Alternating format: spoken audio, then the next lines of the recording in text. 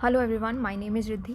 इस लेक्चर में हम लोग हिस्टोरिकल अप्रोच पढ़ने वाले हैं। पीएसआई ऑप्शनल यूनिट 1 हम लोग डिस्कस कर रहे हैं। मीनिंग एंड अप्रोचेस पहला यूनिट है। एंड हम लोग दो तरीके की चीज़ें ध्यान में रखेंगे। एक यूपीएससी का सिलेबस में जितने भी टॉपिक्स हैं वो कवर करेंगे हम लोग, और दूसरी चीज़ है प्रीवियस ईयर क्वेश्चंस, जिससे आपको ये पता लगेगा कि उन यूनिट्स में से भी कौन से क्वेश्चंस पूछे जा रहे हैं। फॉर एग्जांपल, अभी हम अगर हिस्टोरिकल अप्रोच पढ़ रहे हैं तो क्या हिस्टोरिकल अप्रोच में से कोई क्वेश्चन पूछा गया या नहीं पूछा गया, या फिर अगर पूछा है तो किस तरीके का क्वेश्चन पूछा हुआ है। क्योंकि यूपीएससी हर साल अपने क्वेश्चंस रिपीट करता है, और अगर कोई क्वेश्चन रिपीट नहीं हो रहा तो उसका कंटेक्स्ट रिपीट हो जाता है, या किसी उसी पर्टिकुलर टॉपिक में से थोड़ा सा घुमा के क्वेश्चन पूछ लेगा, बट टॉपिक मोर और लेस सिमिलर रहेगा। तो आपको ये आइडिया लग जाएगा कि किस तरीके का क्वेश्चन पूछा जा सकता है। फॉर एग्जाम्पल, अगर मैं इसी टॉपिक की बात करती हूँ तो एक बार क्वेश्चन देख लेते हैं जो पुराना आया हुआ है इसमें। तो यहाँ पर आप देख सकते हैं 2001 में क्वेश्चन पूछा था 20 नंबर का कि comment relevance of contextualist approach to the study of political theory.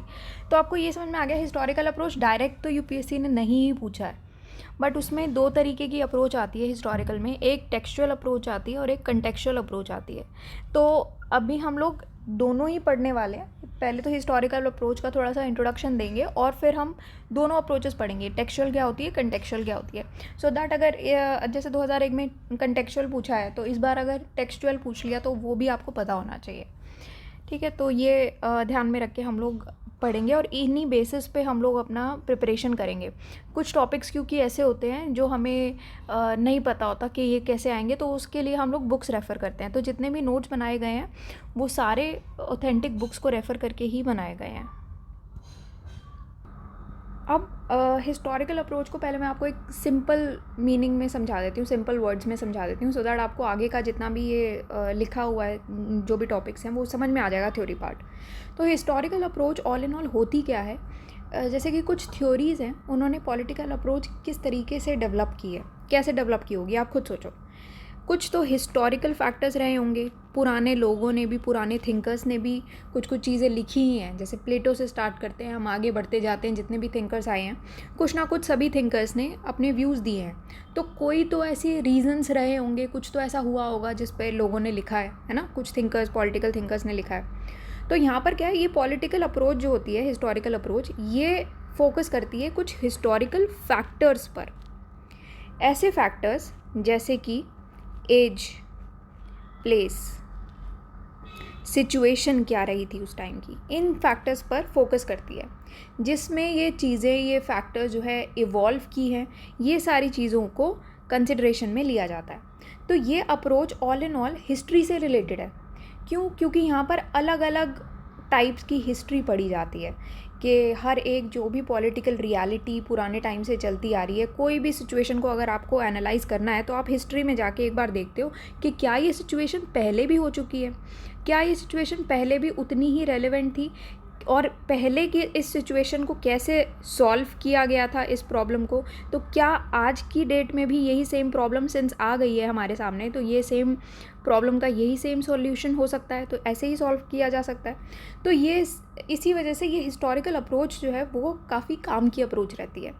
तो कुछ पॉलिटिकल थिंकर्स जैसे आए, जैसे कि फॉर एग्जांपल मैकियावेली आए, मैकियावेली, देन सेबाइन आए, फिर डनिंग हैं। ये सारे ऐसे थिंकर्स हैं जिन्होंने पॉलिटिक्स और हिस्ट्री को एक दूसरे के साथ जोड़कर ही पढ़ाया और बताया है। तो ये पॉलिटिक्स और हिस्ट्री, इन थिंकर्स के लिए दोनों रिलेटेड है। ठीक है, दोनों क्लोजली रिलेटेड है। और पॉलिटिक्स को जब भी आप पढ़ोगे तो आपका एक हिस्टोरिकल स्टैंड पॉइंट होना ज़रूरी है। तो सेबाइन ये कहते हैं कि पॉलिटिकल साइंस में ऐसे सारे सब्जेक्ट्स इंक्लूड होने चाहिए जो कि अलग अलग थिंकर्स की राइटिंग्स में बताए गए हैं। प्लेटो से स्टार्ट करोगे आप, सारे थिंकर्स चलते आएंगे, तो सबकी राइटिंग्स में जो जो भी चीज़ें बताई गई हैं वो सारे सब्जेक्ट्स जो है पॉलिटिकल साइंस में इंक्लूड होने चाहिए। तो ये व्यू है सेबाइन का, ये हम पढ़ भी चुके हैं पहले। ठीक है, तो ये अप्रोच मेनली ये बिलीफ में मानती है कि हर एक जो भी पॉलिटिकल थिंकर है उसकी जो भी थिंकिंग रही है वो उसके आसपास के एनवायरनमेंट से ही रही है। ये तो ट्रू है ना। जैसे आप कुछ भी करते हो, कुछ भी आपके साथ कोई भी सिचुएशन में आप पड़ जाते हो, तो आप जो भी रिएक्ट करते हो या जो भी उसमें सोचते हो, जो भी आपका बिलीव बनता है, जो भी आप खुद हो, वो किस वजह से बनते हो? आपके आसपास के सराउंडिंग से, आपके एनवायरनमेंट से, आपकी सिचुएशन जैसी रही है उस हिसाब से आप बन जाते हो, राइट। तो इसीलिए जैसे लोग कहते भी हैं, पेरेंट्स कहते हैं कि इसकी संगति ठीक होनी चाहिए, आपकी संगति ठीक नहीं है ना। वो चीज़ क्यों कही जाती है? क्योंकि आप एनवायरनमेंट से शेप कर जाते हो। तो हिस्ट्री जो है वो पुरानी पास्ट की सारी डिटेल्स प्रोवाइड कर देती है, ठीक है। कोई भी आपका पॉलिटिकल इवेंट हो गया या आपका कोई इंस्टीट्यूशंस हो गया, तो यहाँ पर क्या हिस्ट्री काफ़ी डिटेल्स प्रोवाइड कर देती है और उसको प्रेजेंट के साथ लिंक भी कर देती है।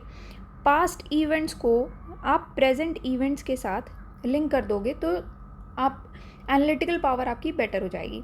तो हिस्ट्री जो है बेसिकली क्रोनोलॉजिकल ऑर्डर देता है हर एक पॉलिटिकल इवेंट का, और इसी वजह से जो आगे के इवेंट्स होने वाले हैं उसका आप एस्टिमेशन लगा सकते हो।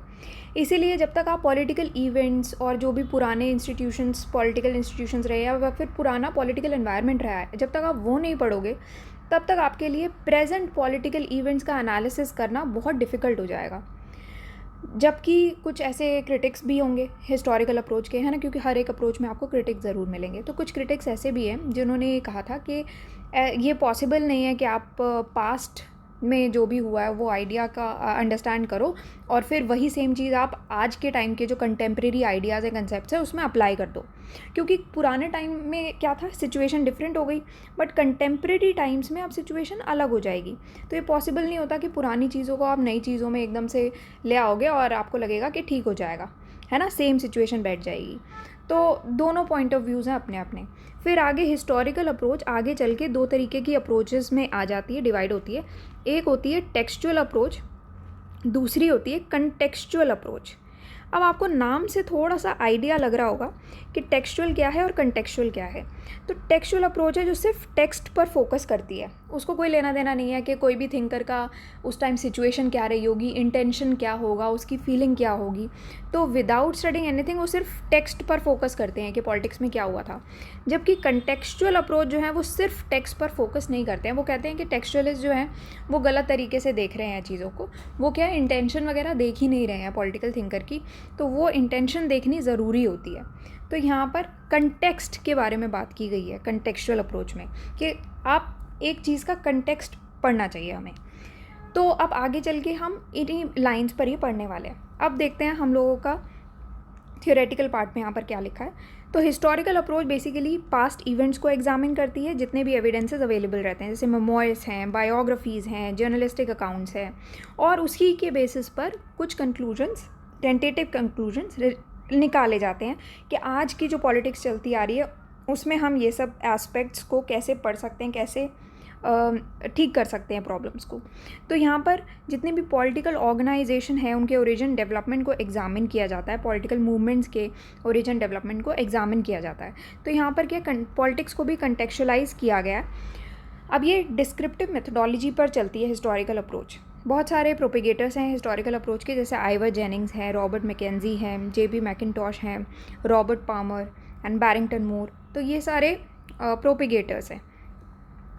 थिंकर्स पर्सपेक्टिव क्या है, बहुत सारे थ्योरिस्ट्स हैं जिन्होंने थ्योरी बिल्डिंग का ट्राई किया है कि जो भी उनको हिस्ट्री में से कोई भी इंसाइट्स मिली है, रिसोर्सेज मिली है, उसके बेसिस पर हम ये थ्योरी बनाते हैं। तो सेबाइन जो है इसके मेन एक्सपोनेंट रहे हैं हिस्टोरिकल कंसेप्शन के, वो मैंने आपको बताया भी है ऑलरेडी कि सेबाइन ये कहते हैं कि नेचर क्या है पॉलिटिकल थ्योरी का, इसको आप डिस्क्रिप्टिवली आंसर कर सकते हो।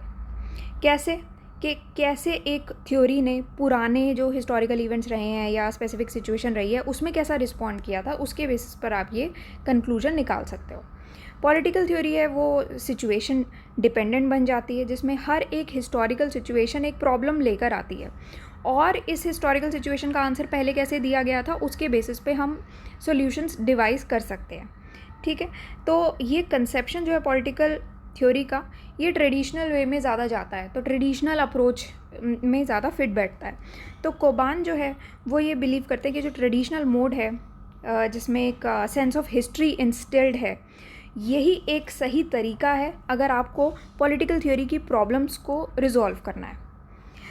हिस्टोरिकल अप्रोच का सिग्निफिकेंस क्या है, तो यहाँ से हमें ये पता लगता है कि जो भी पुरानी एक्ट्स रही हैं वो काफ़ी वैल्यूएबल गाइड रही हैं अगर हमें थ्योरी बिल्डिंग करनी है, और हमें बिल्कुल अपनी एक ओरिजिनलिटी पर भी रिजिड नहीं रहना चाहिए। तो यहाँ पर क्या होता है कि ऐसा नहीं है कि पुराने टाइम में अगर कोई चीज़ डोमिनेंट रही है या फैशन में रही है, ठीक है, तो ऐसा ज़रूरी नहीं है कि वही सही तरीका हो चीज़ों को रिजॉल्व करने का, हमें उससे हट के भी सोचना पड़ेगा।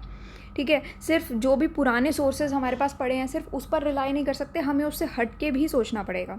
तो जितनी भी हिस्टोरिकल अंडरस्टैंडिंग्स है वो ये तो दिखाती ही है कि हमें जो डोमिनेटिंग चीज़ें उससे भी हट के सोचना चाहिए, साथ ही साथ ये भी दिखाती हैं कि पुराने टाइम में गलतियाँ क्या हुई थी, तो वो गलतियाँ हम दोबारा ना दोहराएं। फेलियर्स नहीं, हमें फेलियर्स का भी पता लग जाता है। तो जो हिस्टोरिकल अंडरस्टैंडिंग है वो Fehling's of the past generation भी बताती है, और इसको प्रेजेंट में हम ना दोहराएं तो collective wisdom of the present के साथ इसको लिंक करती है, और हमारी इमेजिनेटिवनेस को भी प्रमोट करती है कि हम और इमेजिन करें कि किस तरीके से हम जो पुराने लोगों के फेलियर्स रह चुके हैं उसको हम लोग रिपीट ना करें और उसको हम लोग इम्प्रूव कर जाएं। ठीक है, कि इसका ऑल्टरनेटिव क्या हो सकता है, जो पुराने टाइम में गलतियाँ हुई हैं वो आज के टाइम में क्या ना हो। ठीक है, तो अब हिस्टोरिकल कंसेप्शन जो है उसका कंट्रीब्यूशन के बारे में बात करेंगे टू आवर नॉर्मेटिव विजन। जो हमारे हिस्ट्री हैं आइडियाज़ के, ठीक है, हिस्ट्री ऑफ आइडियाज़ ये बता सकती है कि हमारा जो भी सोशल पॉलिटिकल यूनिवर्स है वो ऐसे चीज़ों का प्रोडक्ट है जिनका रूट जो है वो पास्ट में लाई करता है।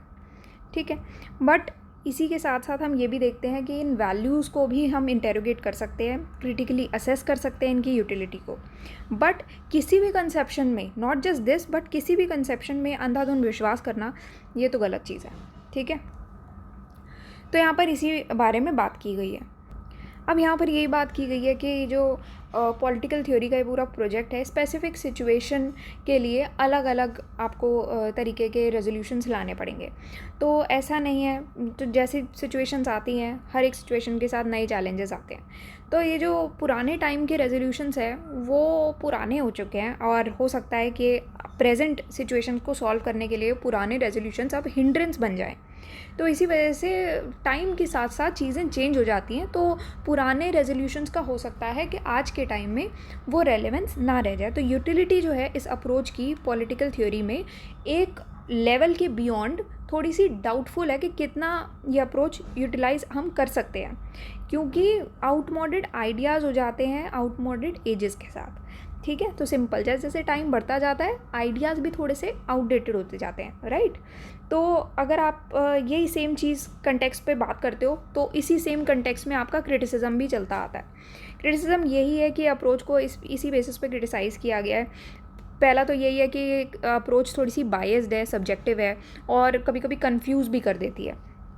और दूसरी चीज़ है कि बहुत ज़्यादा रिलायबल डेटा हमारे पास अवेलेबल ही नहीं है, तो हम लोग अच्छे से एनालाइज भी नहीं कर सकते, सिचुएशंस को अच्छे से रेजोल्यूशन भी प्रॉपर प्रोवाइड नहीं कर सकते। तो एक लिमिटेशन है कि स्कार्सिटी है रिलायबल डेटा की। फिर पुराने जो आइडियाज़ हैं वो नए तरीके के जो भी प्रॉब्लम्स आ रहे हैं या फिर प्रेजेंट डे वर्ल्ड में जो भी क्राइसिस है उनको रिजॉल्व करने में शायद ही इतने सक्षम हो, क्योंकि अभी आप जो भी पुराने थिंकर्स हैं उनके आइडियाज़ के बियॉन्ड जा रही हैं आज की प्रॉब्लम्स, तो उनके लिए हो सकता है इतना पॉसिबल ना हो पाए कि वो आज के प्रेजेंट डे प्रॉब्लम्स को रिजॉल्व कर दें। अब नेक्स्ट है टेक्सचुअल एंड कंटेक्चुअल अप्रोच। तो ये दो तरीके की अप्रोचेज़ हैं जिससे हम टेक्स्ट को पढ़ते हैं। पहला है टेक्सचुअल अप्रोच, जो कि हैकर प्लेमेंटाज की आइडियाज़ में बताया गया है, जो कि ये स्ट्रेस करते हैं कि पॉलिटिकल थ्योरी के जितने भी टेक्स्ट हैं वो उनके हिस्टोरिकल कंटेक्स्ट को हटा के भी पढ़े जा सकते हैं, और ये अप्रोच 1945 से डोमिनेंट रही है। तो पॉलिटिकल थ्योरी जो है उसको फ़िलॉसफी की एक सब कैटेगरी की तरह कंसिडर किया जाता है, और उसका जो सेंट्रल कंसर्न्स है वो ये रहता है हमेशा कि जितने भी पॉलिटिकल डिस्कोर्स में जितने भी कंसेप्ट्स रहते हैं उनको क्लैरिफाई किया जा सके। ठीक है, और साथ ही साथ दूसरी चीज़ है, ये पहली चीज़ हो गई। दूसरी चीज़ ये है कि जो भी पॉलिटिकल बिलीव्स या पॉलिटिकल प्रिंसिपल्स रहते हैं उनको क्रिटिकली एग्जामिन किया जाए और इवैल्यूएट किया जाए। तो ये बेसिकली पॉलिटिकल थ्योरी के आसपास इनके सेंट्रल कंसर्न्स रहते हैं। अब दूसरा टेक्सचुअलिस्ट ये कहते हैं कि जबकि आप देखो कि हिस्टोरिकल अंडरस्टैंडिंग जो है जिसमें ये सारे टेक्स्ट जो है ओरिजिनेट किए हैं, वो हमें कुछ तो इंसाइट्स दे सकते हैं, बट उन्हीं सेम चीज़ों को इंटरप्रेट करने में एक सेंट्रल रोल तो नहीं प्ले करते हैं ये, ठीक है। तो कोई भी प्रॉब्लम आती है, कोई भी टेक्स्ट आता है, उसकी हिस्टोरिकल अंडरस्टैंडिंग प्रोवाइड कर देते हैं, कुछ इंसाइट प्रोवाइड कर देते हैं, पर उन टेक्स्ट को इंटरप्रेट करने में हेल्पफुल फिर नहीं रहता है, सेंट्रल रोल तो प्ले नहीं कर रहा है। ऑन दी अदर हैंड अब कंटेक्चुअलिस्ट हैं जैसे कि Skinner, Pocock, done and colony. ये कहते हैं कि सिर्फ टेक्सचुअल अप्रोच काफ़ी नहीं है अगर आपको कोई भी टेक्स्ट को अच्छे से इंटरप्रेट करना है या समझना है। क्यों? क्योंकि टेक्सचुअल अप्रोच ना थोड़ी सी वीक रहती है, क्योंकि वो हिस्टोरिकल बैकग्राउंड के थिंकर का पर्पस क्या था, क्यों थिंकर ये बात बोल रहा है जो बोल रहा है, थिंकर का उस टाइम पर मोटिवेशन क्या रहा था, ऐसा क्या हुआ था उसके साथ जो थिंकर को ये सब लिखना पड़ा या लिख रहा है, या फिर उस टेक्स्ट को लिखने के पीछे उस थिंकर का इंटेंशन क्या था। तो हिस्टोरिकल कंटेक्स्ट को, बेसिकली कंटेक्स्ट वर्ड आपको ध्यान देना है, आप हिस्टोरिकल कंटेक्स्ट को अगर इग्नोर कर दोगे तो यहाँ पर क्या है, आप अभी टेक्स्ट का ना इंटरप्रेट नहीं कर सकते, उसको अच्छे से समझ नहीं सकते। इसी वजह से हिस्टोरिकल बैकग्राउंड जानना या कंटेक्स्ट जानना ज़रूरी है कि किस कंटेक्स्ट में उस थिंकर ने ये पर्टिकुलर टेक्स्ट लिखा है। सिर्फ टेक्सचुअल अप्रोच काफ़ी नहीं है, वीक है वो। तो कंटेक्चुअलिस्ट ये कहते हैं कि जो भी टेक्सचुअलिस्ट बोल रहे हैं उनके लिए थोड़े से स्केप्टिकल हैं कंटेक्चुअलिस्ट, क्योंकि आपका जैसे जैसे प्रॉब्लम्स आती रहती है, नई तरीके की प्रॉब्लम्स आती है, टाइमलेस क्वेश्चंस है, टाइमलेस प्रॉब्लम्स है, और जो कि ग्रेट पॉलिटिकल टेक्स्ट रेज करते हैं, तो एक सेम तो नहीं हो सकता सब चीज़ों का रेजोल्यूशन, तो आपको इंटेंशन जानना ज़रूरी होता है। तो स्किनर जो है वो मेंटेन करते हैं ये सेम चीज़ कि जो राइटिंग्स हैं वो फंडामेंटल पॉलिटिकल क्वेश्चंस के आंसर ज़रूर प्रोवाइड कर देती हैं, जो कि कंटेम्प्रेरी सोसाइटी में दैट कन्फ्रंट कंटेम्प्रेरी सोसाइटी, वो काफ़ी फार फेच्ड है। तो कहने का मतलब यही है कि आपके पुराने टाइम में जो प्रॉब्लम्स चल रही थी उनका रेजोल्यूशन तो आप फिर भी दे पाओगे, बट कंटेम्प्रेरी टाइम्स में आपके लिए इसका रेजोल्यूशन देना डिफ़िकल्ट हो जाएगा। क्यों? क्योंकि आप पुराने टाइम में भी जो भी पॉलिटिकल थ्योरी में जो भी थिंकर्स ने जो भी टेक्स्ट लिखे हैं उसका उस टाइम में तो रेलेवेंस था, बट वो हिस्टोरिकल स्पेसिफिक क्रिएशन थे, उसी हिस्ट्री के लिए थे, हिस्टोरिकली स्पेसिफिक क्रिएशन, मतलब आप समझ रहे हो कि उसी टाइम के लिए रेलेवेंट थे वो। आज के टाइम की प्रॉब्लम्स को रिजॉल्व करने में वो इतने केपेबल नहीं हैं, वही सेम चीज़ें, ठीक है। तो ये जो ग्रेट वर्क्स हैं ये कुछ क्वेश्चंस भी रेज़ करते हैं और उन क्वेश्चंस के आंसर्स भी प्रोवाइड करते हैं, जो कि एक इस तरीके से देखना चाहिए कि कोई भी पर्टिकुलर सोसाइटी, कौन सी सोसाइटी से वो एमर्ज किए हैं या कौन से कल्चर से वो एमर्ज किए हैं। फॉर एग्ज़ाम्पल आप देखो अभी इंडिया के कल्चर में वेस्टर्न कल्चर्स में काफ़ी डिफरेंस है, राइट। तो अभी क्या है, इंडिया में जो भी चीज़ें बनी हैं, फॉर एग्ज़ाम्पल आपका कुछ भी एक चीज़ है, आप किसी भी कंटेक्स्ट में बात करो, चाहे वो सोशल कंटेक्स्ट में बात करो, इवन पॉलिटिकल कंटेक्स्ट में बात करो या इकोनॉमिकल कंटेक्स्ट में बात करो, तो हमारा social political economic context western social political और इकोनॉमिक कंटेक्स्ट से काफ़ी डिफरेंट होगा।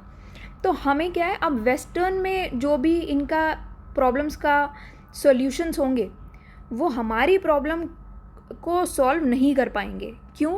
आपको ये देखना पड़ेगा कि इंडिया की प्रॉब्लम्स कहाँ से आई हैं, है ना, हमारी प्रॉब्लम कहाँ से एमर्ज की हैं, उसी के हिसाब से हमारा आंसर होगा। हमारा आंसर वेस्टर्न के हिसाब से नहीं हो सकता। ऐसे ही सेम केस वहाँ का भी है, उनकी जो प्रॉब्लम्स है वो हमारी प्रॉब्लम के रेजोल्यूशन से बहुत अलग रहेंगी। वही सेम सॉल्यूशन आप यहाँ पर नहीं दे सकते और वही सेम सॉल्यूशन हम वहाँ पर नहीं दे सकते, क्योंकि प्रॉब्लम्स अलग हैं, कल्चर अलग है, सोसाइटी अलग है, हमारा इमरजेंसी अलग है, तो वो चीज़ देखनी पड़ेगी। तो कंटेक्चुअलिस्ट के हिसाब से अगर आपको कोई भी थ्योरेटिकल स्टेटमेंट समझनी है, फॉर्मुलेशन समझनी है पॉलिटिक्स के, तो ये हमारे लिए बहुत ज़रूरी होता है कि हम पॉलिटिकल थ्योरी और पॉलिटिकल प्रैक्टिस का इंटर रिलेशनशिप को समझें। तो ये जितने भी टेक्स्ट हैं वो स्पेसिफिक इवेंट्स, कंट्रोवर्सीज, डिबेट्स और क्राइसिस के रिस्पॉन्स में दिए गए हैं, ठीक है। और बर्कीज़ ऑब्जर्वेशन को रीइंफोर्स करते हैं कि पॉलिटिकल थॉट जो है, बर्की के हिसाब से political thought issues out of practical experience and not the other way around, ठीक है। प्रैक्टिकल एक्सपीरियंस से पॉलिटिकल थॉट नहीं आता है, जबकि पॉलिटिकल थॉट प्रैक्टिकल एक्सपीरियंस से आते हैं। तो आपने कुछ तो एक्सपीरियंस किया होगा कि आपका पॉलिटिकल थॉट ये निकल के आया है। ठीक है, तो जितने भी हिस्टोरियंस हैं पॉलिटिकल थॉट के, वो ये भी पॉइंट आउट करते हैं कि जितने भी पुराने राइटर्स रहे हैं उन्होंने पर्टिकुलर ऑडियंसेस के साथ कम्युनिकेट करने की कोशिश की है, और जब भी वो इन राइटर्स के इंटेंशंस के साथ को कॉम्प्रिहेंड करने की कोशिश करते हैं और कॉम्प्रिहेंड करते हैं, वो राइटर्स, पर्टिकुलर राइटर कैसी लैंग्वेज यूज़ कर रहे हैं, कौन से वर्ड्स यूज़ कर रहे हैं जो कि उस टाइम पर रेलेवेंट थे वो वर्ड्स, और उस टाइम पर उन वर्ड्स का क्या मतलब था, तभी जाके ये सारी चीज़ें जब आप पढ़ोगे तभी जाके आप उस पर्टिकुलर टेक्स्ट का मतलब अच्छे से समझ पाओगे।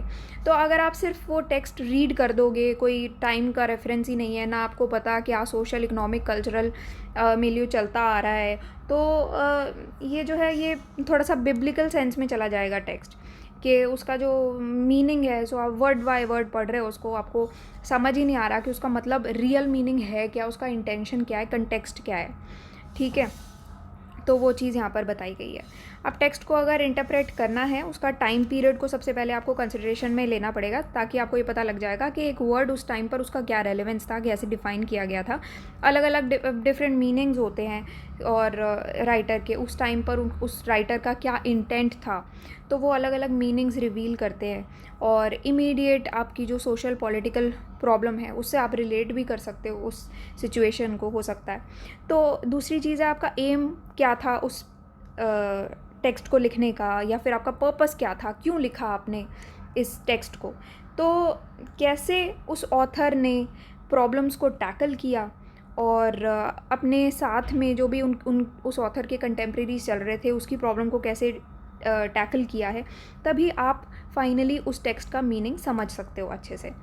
तो जब भी आप ये सारे कंटेक्स्ट को, एस्पेक्ट्स को कंसिडर करोगे, तभी आप ये समझ पाओगे कि ये जितने भी प्रॉब्लम्स चल रहे हैं और जितने भी ट्रैक्ट्स हैं, क्यों ये चीज़ें चल रही हैं, क्यों उस पर्टिकुलर राइटर ने ये चीज़ें लिखी थी, और तभी वो राइटर और एक क्लासिक्स का स्टेटस जो है उस पर एलिवेट हो जाएगा, या फिर आप।